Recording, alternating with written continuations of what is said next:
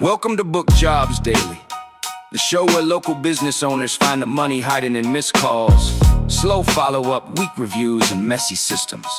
I'm Star Riley, and each day we break down one local revenue leak, one simple AI-powered fix, and one action you can use to book more jobs. Today, we are fixing one leak that could be costing you real money. Thursday morning, the customer is ready. The technician is on the way. Then, the cancellation message arrives. I'm going to hold off for now. No argument about price, no complaint about the company, just a quiet change of heart. But the customer may not have changed their mind about the repair. They may have changed their mind about the uncertainty. Who is coming? What will happen? How long will it take? What do I need to move or prepare? What happens if the problem is bigger than expected? Those questions were never answered, so the customer found the business that made the next step feel safer. Welcome to Booked Jobs Daily. I'm Star Riley, founder of myusalocal.com. This is your daily show for local business growth, practical AI, and simple revenue systems that turn missed leads into booked jobs. Today, we're looking at the gap between a customer saying yes and a customer actually keeping the appointment. That gap is where cancellations, reschedules, no-shows, and stalled decisions can hide. And I want to give you a simple tool for closing it. I call it the confidence packet. It is not a brochure. It is not a long company history. It is one short message that helps a customer feel informed before you arrive. By the end of this episode, you'll know what to put in it, when to send it, and how to build your first version today using information you already have. Because interest gets someone to book. Confidence helps them keep the appointment. Picture that plumbing customer again. Their kitchen sink is backing up. The office answers, listens carefully, and schedules a visit for Thursday morning. The customer receives a basic calendar confirmation, and the team moves on to the next call. That is understandable.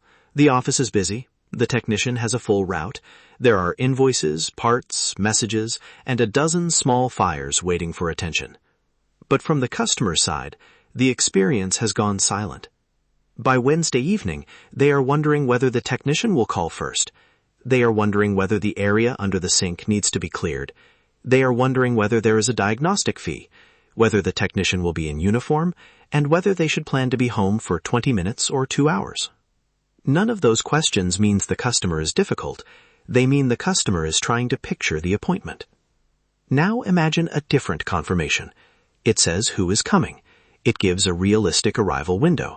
It explains that the technician will inspect the issue, discuss options, and get approval before additional work begins. It includes a photo of the team or a link to a real company profile. It asks the customer to make the area under the sink accessible. Same customer, same problem. Possibly the same price. The difference is that the second business removed the blank space. That matters operationally.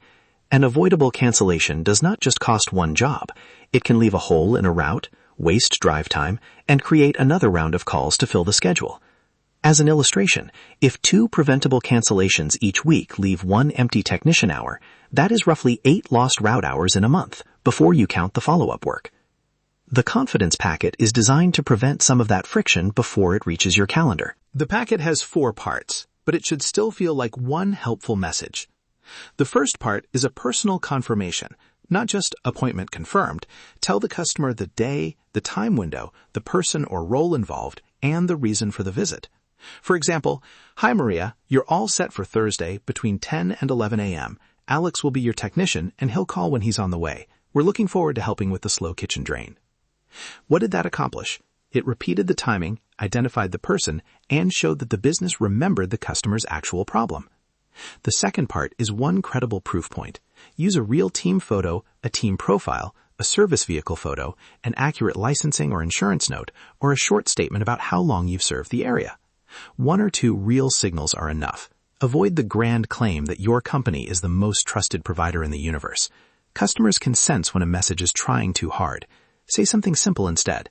"If you'd like to know who is coming, here's Alex's team profile and a photo of our service vehicle." The third part explains the process in plain language. This is often the most reassuring piece because it lets the customer imagine the appointment. For a service call, Alex will ask a few questions, inspect the area, explain what he finds, and review options with you before any additional work begins. The visit usually takes about 45 minutes, depending on the issue. For an estimate, we'll look at the project area, talk through your goals, take measurements, and explain the recommended approach. You'll receive a written estimate after we review the details. The customer does not need a sales speech. They need a sequence. The fourth part is one preparation request, just one in the main message. Please clear the area under the sink. Please have recent repair records available. Please secure pets before arrival. Please make sure the person who can approve the project is able to join the conversation. The request should be specific, reasonable, and connected to a better appointment. If you have 7 instructions, put the essential one in the message and place the rest behind a short link. Helpful is good. Homework is not. The same 4 ingredients work across different appointment types, but the emphasis changes. For a routine service call, keep the message compact. The customer mainly needs the arrival window, the technician's name or role, the basic process, and the one area to make accessible. The goal is readiness. For an estimate, spend a little more time explaining what the visit includes and what happens afterward. Will you measure, inspect, discuss materials? When will the written estimate arrive? Is there a fee for the visit? State anything that could surprise the customer before the appointment, not after it. For a larger project, the packet should show a sequence. You might say, we'll confirm the scope first, review materials and timing, and then send the proposal. If you approve it, we'll schedule the work and send preparation details. That sequence matters because larger projects contain more unknowns. You do not have to answer every possible question in the first message. You do have to show that someone is managing the next step. Here's a quick test. After reading your message, can the customer answer 4 questions? Who is coming? What will happen? What should I do before then? What happens after the appointment? If one answer is missing, that is probably where your next cancellation or repetitive question is coming from. And keep the first screen useful. Put essential details in the message. Put optional policies, parking instructions, preparation photos, or longer explanations behind a link. A clear message is not necessarily a long message. Usually the opposite is true. Timing is the part that turns a good idea into a working system. Send the full packet immediately after booking, while the conversation is still fresh. Then send a shorter version the day before. The day before message might say, "We're looking forward to seeing you tomorrow between 10 and 11 a.m. Alex will call when he's on the way. Please make sure the area under the sink is accessible. If anything has changed, reply here and we'll help." That last sentence gives the customer a safe way to tell you about a problem before the technician is already driving across town. A new pet, a schedule conflict, a worsening leak, a locked gate. It is much better to learn that early. For a larger project, add another message after the estimate or before the kickoff. Confirm the next milestone and name the person responsible for the next update. Customers feel calmer when they know who owns the handoff. You can automate the structure with a saved reply, a scheduling tool, a CRM template, or an AI assistant. But automation should provide the frame, not impersonate the relationship. Keep these details personal and accurate whenever you can. The customer's name, the problem they described, the actual arrival window, the technician or project contact, and the preparation detail that applies to that job. AI can turn rough notes into a shorter message. It can create separate versions for service calls, estimates, and project kickoffs. It can help rewrite a policy in plain language. But a person must verify the facts before the message goes out. Never let a template invent a technician, promise an exact arrival time you cannot guarantee, or imply that an inspection-based price is fixed. A polished wrong answer is still wrong, and customers remember the wrong answer much longer than they remember your clever wording. Now let's make sure the message sounds like your business, not a software company wearing a necktie. Compare this. Your appointment has been successfully processed pursuant to our scheduling protocol. Nobody wants to welcome that sentence into their home. Try this instead. You're all set. Jordan will meet you Tuesday between 2 and 3 p.m., and we'll walk through the issue before recommending any next steps. That is professional because it is clear, not because it is formal. Use the customer's own language when it helps. If they said, "The upstairs bedroom gets very hot," do not turn that into HVAC concern. Say, "We'll take a look at the upstairs bedroom and help identify why it's running hotter than the rest of the home." Also, be honest about what is not known yet. If the final recommendation depends on an inspection, say so. If weather or parts availability can affect timing, explain how your team communicates changes. Trust does not come from pretending everything is perfectly predictable. It comes from showing the customer what you know, what you still need to learn, and how you will keep them informed. For your written template, keep the fields simple.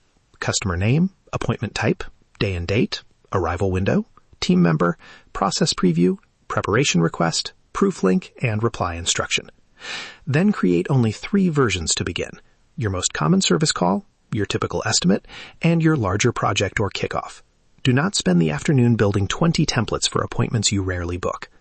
Assign ownership too. Someone should know who sends the packet, when it is sent, and what happens if the customer does not receive it. A process that exists only in the owner's head is not a process. It is a future interruption. You can build the first version in under an hour. Start with the last appointment confirmation your business sent. Read it like a customer who has never met your team. Could you tell who is coming? Could you picture what will happen? Would you know what to prepare? Would you know what happens afterward? If not, rewrite that message using 4 short paragraphs or 4 short sentences. Confirm the appointment, add 1 real proof point, preview the process, make 1 preparation request. Then send the new version to 5 upcoming customers this week. Track 4 things: how many questions come in after the packet, how many customers reschedule or cancel, are customers ready when the team arrives, and does the appointment get completed? You are not trying to prove that 1 message solves every cancellation. You are looking for patterns. Maybe customers stop asking where to park. Maybe technicians spend less time waiting for access. Maybe estimate visits become more productive because the customer understands that the meeting is for planning, not pressure. Maybe your office team gets 10 fewer repetitive questions in a week. Those are not just pleasant customer service improvements. They create capacity. Less confusion means less back and forth. Less back and forth means fewer interruptions. Fewer interruptions give your team more time to answer new leads, serve current customers, and complete the work already on the schedule. So the confidence packet is not about sending more messages for the sake of sending messages. It is about sending 1 useful message at the moment uncertainty is most likely to grow. A booked customer is not a completed job, but a customer who knows what is coming is much more likely to keep moving forward. Let's put the whole system in 1 sentence. After booking, send a short, personal message that tells the customer who is coming, what will happen, how to prepare, and what comes next. Send a brief version the day before. Automate the repeatable structure, but verify every important detail. That is the confidence packet. Keep it short. Use real proof. Explain fees and conditions before they become surprises. Use the customer's language. Ask for 1 preparation step, not a mountain of homework. And review the results with your team each week while the system is new. If you do 1 thing today, open your current confirmation and improve it before the next appointment is booked. Add the name of the person coming. Add 1 honest process sentence. Add 1 preparation request. Then send it to 5 customers and pay attention to what changes. You may discover that the real reason customers were hesitating was not price. They simply did not know what saying yes would feel like. Make that feeling easier. Give people a clear next step, a real person to trust, and enough information to arrive prepared. Good customers are already trying to hire you. Do not make them work so hard to feel comfortable doing it. Before you go, ask yourself 1 question. How many leads has your business missed this week? Missed calls, unanswered messages, old estimates, customers who never received a follow-up? That is hidden revenue, and practical systems can help you find it. Join the Booked Jobs Daily email list for the exact scripts, checklists, and simple operating ideas we talk about on this show. You'll get useful guidance delivered directly to your inbox without needing to sort through complicated theory. And if you want help finding the leaks in your own business, you can also book an AI opportunity audit. We'll look for missed calls, weak follow-up, forgotten estimates, and other places where good opportunities are slipping away. I'm Star Riley. Thanks for listening to Booked Jobs Daily. When customers know what is coming, saying yes feels easier. Make the next step clear, make the experience human, and give good customers 1 less reason to disappear.